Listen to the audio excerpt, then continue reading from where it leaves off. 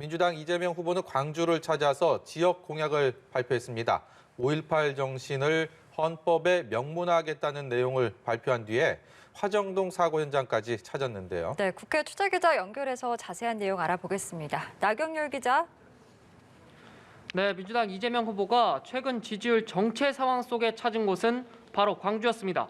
민주당의 죽비이자 회초리라 강조한 광주 지역 공약을 발표했는데 5.18 민주화 운동의 정신을 헌법 전문에 명문화하겠다고 약속했습니다. 합의 가능한 부분을 개정할 때 이론이 없는 5.18 광주 민주화 운동의 헌법 전문 표기는 곧바로 할 수 있고 또 해야 된다고 생각합니다. 또 가덕도 신공항과의 형평성을 맞추기 위해 광주 군공항 이전을 적극 지원하겠다는 공약도 내놨습니다. 공약 발표 이후엔 광주 화정동 아이파크 붕괴 사고 현장을 찾아 피해자 가족들을 만났는데 국가 역량을 동원한 수색 작업이 이뤄질 수 있도록 국무총리에게 건의하겠다고 약속했습니다. 이 후보는 중대재해를 반복하는 기업들의 건설 면허를 취소하는 게 마땅하다는 의견도 내놨습니다. 이어 이 후보는 광주 말바우 시장을 찾아 시민들에게 지지를 호소했습니다. 네, 국민의힘 윤석열 후보는 새로운 형태의 대통령실을 제안하는 내용의 정치 분야 공약을 발표했다고요? 네, 그렇습니다. 국민의힘 윤석열 후보 자신이 집권하게 되면 기존의 청와대는 사라지게 될 거라고 합니다. 지금의 체제로는 국가 위기에 제대로 대처하지 못한다며 자신의 정치 분야 공약을 발표했는데 그 핵심 내용 직접 들어보시죠. 새로운 대통령실은 광화문 정부 서울청사에 구축될 것입니다.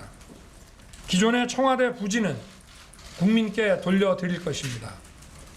국민은 늘 대통령을 만날 수 있을 것입니다. 또 대통령실은 비서실장과 정예화한 참모들, 분야별 민관합동위원회로 조직 구조를 바꾸겠다는 계획도 내놨는데 국가 주요 현안과 미래 전략 수립에만 집중할 거라고 강조했습니다. 윤 후보는 소통하는 대통령이 되기 위해 제왕적 대통령의 잔재부터 청산하겠다고 말했습니다. 오후 3시부터 방송사 인터뷰를 하고 있는 윤 후보, 법조인이 대선 후보가 된다는 건 법치와 상식이 무너졌다는 의미라며 현 정부를 겨냥했습니다. 네, 어제 법원이 양자 TV 토론을 불허한다는 판단을 내놨는데 국민의힘이 하루 만에 다시 양자 토론을 제안했다면서요? 네, 오는 31일 국회나 제3의 장소에서 양자 토론을 하자고 제안한 국민의힘이 조금 전 다시 한번 입장을 냈습니다. 법적으로 3번 보장돼 있는 사자 토론 대신 국민들이 원하는 양자 토론을 우선해야 한다는 기존 주장을 반복했는데요. 어제 법원은 방송이 선거에 미치는 영향이 크다고 보고 민주당과 국민의힘만의 양자 TV 토론을 불허했는데요. 국민의힘은 방송사가 주최하지 않는 방식으로 양자 토론회를 열자고 역제안하고 있는 겁니다. 이에 대해 민주당 방송 콘텐츠단은 사자 토론이 먼저라며 국민의힘 제안을 사실상 거부했습니다. 윤 후보를 제외한 다른 후보들은 즉각 반발하고 나섰습니다.